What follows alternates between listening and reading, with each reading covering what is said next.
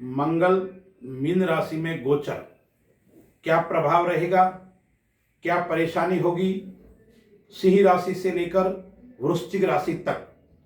दर्शक मित्रों, मंगल सेनापति, साहस, ऊर्जा, आत्मविश्वास का कारक, भूमि, टेक्नोलॉजी क्षेत्र, सेना एवं पुलिस का कारक यानी मंगल मीन राशि में गोचर करने जा रहा है। साथ में वहां पर न्याय का ग्रह शनि भी विद्यमान है। शनि और मंगल की युति 2 अप्रैल 2026 से लेकर 11 मई 2026 तक होने वाली है। यह गोचर काल कैसा रहेगा, आइए हम विस्तार से चर्चा करते हैं। दर्शक मित्रों, शनि है वो पेट्रोल गैस का कारक है और मंगल है वो अग्नि तत्व का राशि है।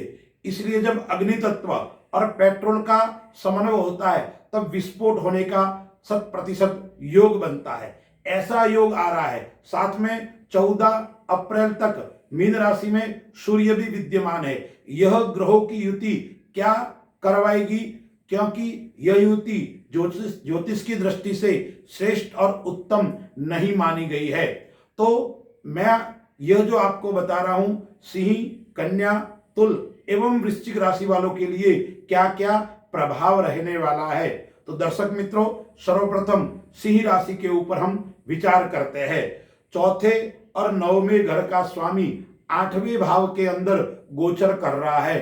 8वें भाव के अंदर गोचर करना ज्योतिष की दृष्टि से श्रेष्ठ और शुभ नहीं माना गया है। इसलिए सिंह राशि एवं सिंह लग्न वाले जातक सावधान रहना पड़ेगा और आपका स्वास्थ्य नरम गरम रह सकता है। स्वास्थ्य की दृष्टि से यह मंगल का गोचर इतना शुभ और श्रेष्ठ नहीं माना गया है, लेकिन व्यापार की दृष्टि से यह कई अच्छा लाभ देने वाला रहेगा।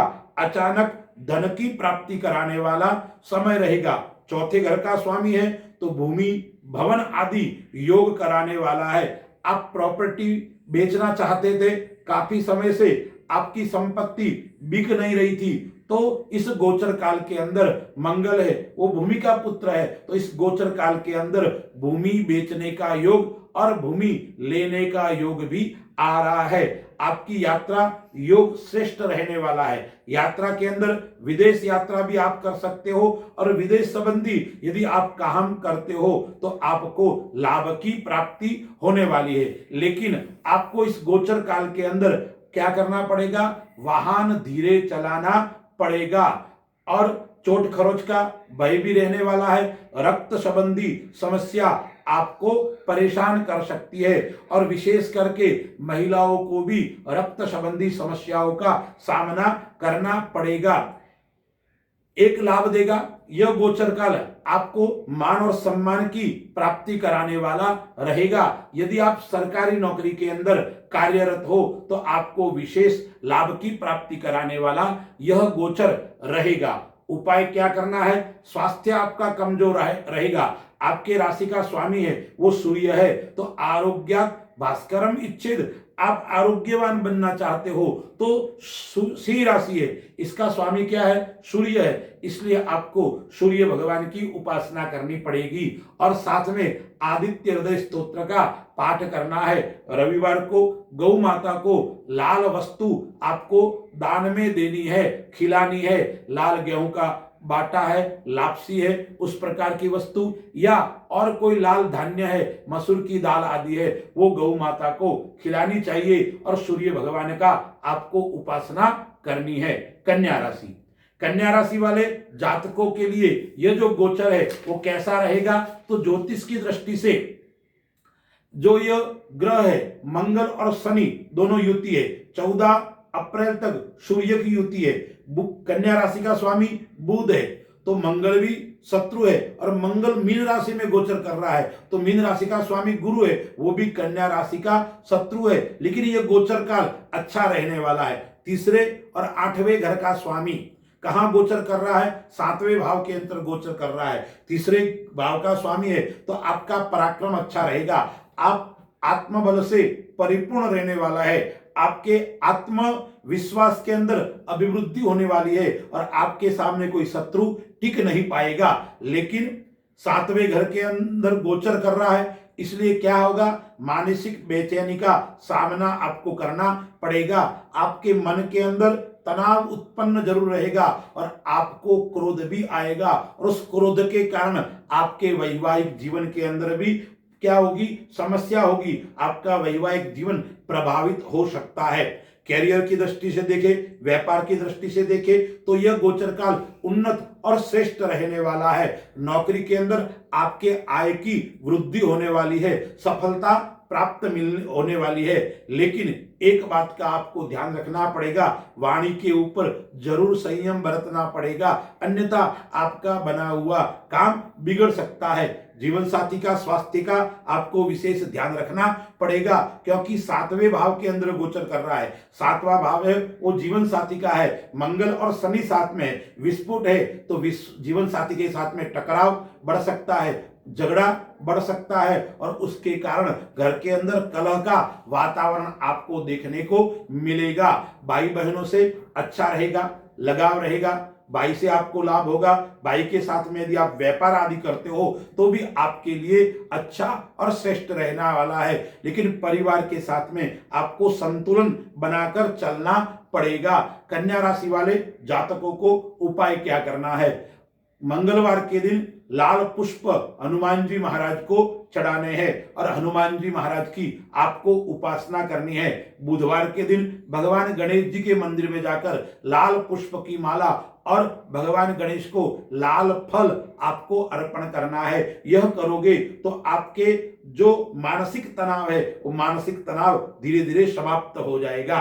फिर तुला राशि, तुला राशि का जो स्वामी है वो शुक्र है और दूसरे और 7वें घर का स्वामी 6ठे भाव के अंदर यह मंगल गोचर कर रहा है। तो तुला राशि वाले जातकों के लिए कैसा समय रहेगा, आर्थिक दृष्टि से आपको सावधानी बरतनी पड़ेगी। इस गोचर काल के अंदर आपका खर्च भाव बढ़ सकता है, खर्चा आपका बढ़ेगा, इसलिए आपकी दिनचर्या और आपके मैनेजमेंट सही होना चाहिए। आपको जो बचत करनी है उस बचत कहाँ करनी है, किस प्रकार से करनी है, उसका आपको विशेष ध्यान रखना पड़ेगा। आकस्मिक नुकसान का योग भी इस गोचर काल के अंदर आपको उठाना पड़ सकता है। लेकिन नौकरी करते हो, व्यापार करते हो तो उसके अंदर आकस्मिक सफलता का योग बन रहा है, आपको प्रमोशन मिल सकता है। आपने विचार नहीं किया ऐसी सफलता, ऐसे धन की प्राप्ति, आकस्मिक धन की प्राप्ति इस गोचर काल के अंदर आपको होने वाली है। लेकिन अनचाही यात्रा आपको परेशान कर सकती है, आपको जाने की इच्छा नहीं है फिर भी आपको यात्रा में जाना पड़ सकता है, घर से बाहर निकलना पड़ेगा, यह आपको परेशानी का कारक हो सकती है। लेकिन एक बात का और आपको ध्यान रखना पड़ेगा, व्यापार की दृष्टि से यह समय अच्छा है, लेकिन परिश्रम आपको यह गोचर काल मांग रहा है। जितना आप कठिन परिश्रम करोगे, कठिन मेहनत करोगे, इतनी सफलता आपको ज्यादा मिलने वाली है। वाहन आपको धीरे चलाना है तुला राशि एवं तुला लग्न वाले जातकों को। और दूसरी बात का एक और ध्यान रखना है, शत्रु आपको परेशान करेंगे लेकिन अंततोगत्वा शत्रु आपसे परेशान होंगे। आपको उपाय क्या करना है, शुक्रवार के दिन आपको महालक्ष्मी का पूजन करना है और हनुमान जी की उपासना करनी है और साथ में आपको कन्याओं का पूजन करना है। और कन्याओं का पूजन करोगे तो आपको आरोग्यता की प्राप्ति होगी, क्योंकि इस गोचर काल के अंदर आपके 6ठे भाव के अंदर गोचर हो रहा है। 6ठा भाव क्या है, रोग का है, शत्रु का है, तो आपको रोग प्रतिरोधक क्षमता है वो आपकी कमजोर रहेगी, शरीर के अंदर खून की कमी रहेगी और स्वास्थ्य आपका नरम गरम रहेगा। उसके कारण आपका स्वभाव भी चिड़चिड़ा हो जाएगा, इसलिए आपको स्वभाव के अंदर थोड़ा बदलाव करना पड़ेगा, गुस्सा आपको कम करना पड़ेगा। इसलिए आपको कन्या का पूजन, छोटी बालिकाओं का पूजन और गौ माता का और कुल देवी का पूजन करने से विशेष लाभ की प्राप्ति होने वाली है। फिर वृश्चिक राशि, वृश्चिक राशि का स्वामी है वो मंगल है और मंगल के बारे में ही हम विचार कर रहे हैं।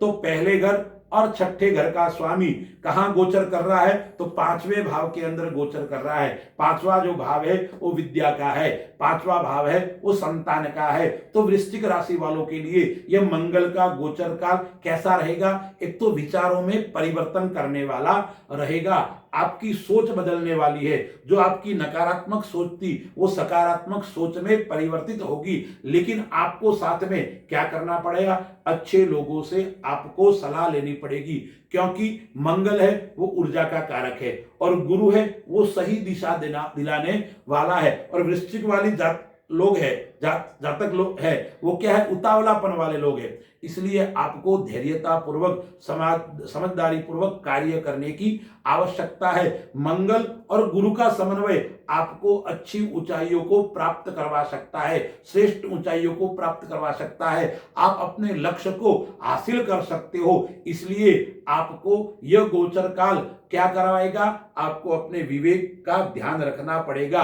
यह गोचर काल व्यापार के अंदर मिला जुला असर देने वाला है, लेकिन आपका परिश्रम आपको सफलता में और अधिक वृद्धि कराने वाला रहेगा। एक बात का वृश्चिक राशि वालों को ध्यान रखना पड़ेगा, आपकी दृष्टि सही होनी चाहिए, आपकी सोच अच्छी होनी चाहिए, आपका विचार करने का तरीका अच्छा होना चाहिए। गलत विचार, गलत व्यक्तियों के साथ में आपको नहीं उठना है, नहीं बैठना है, उस बात का आपको विशेष ध्यान रखना पड़ेगा। छात्राओं की दृष्टि से, विद्यार्थियों की दृष्टि से यह गोचर काल श्रेष्ठ और उत्तम रहने वाला है। जीवन साथी से भी आपको लाभ की प्राप्ति होने वाली है। तो वृश्चिक राशि वालों को उपाय क्या करना है? आपको हनुमान चालीसा का पाठ करना है, लाल धान्य का आपको दान करना है और विशेष करके आपको मसूर की दाल का दान करना है। और फिट रहने के लिए, स्वस्थ रहने के लिए आपको क्या करना पड़ेगा? व्यायाम, कसरत, प्रातःकाल घूमना, इस बात का आपको विशेष ध्यान रखना पड़ेगा। अस्तु। जय श्री राम।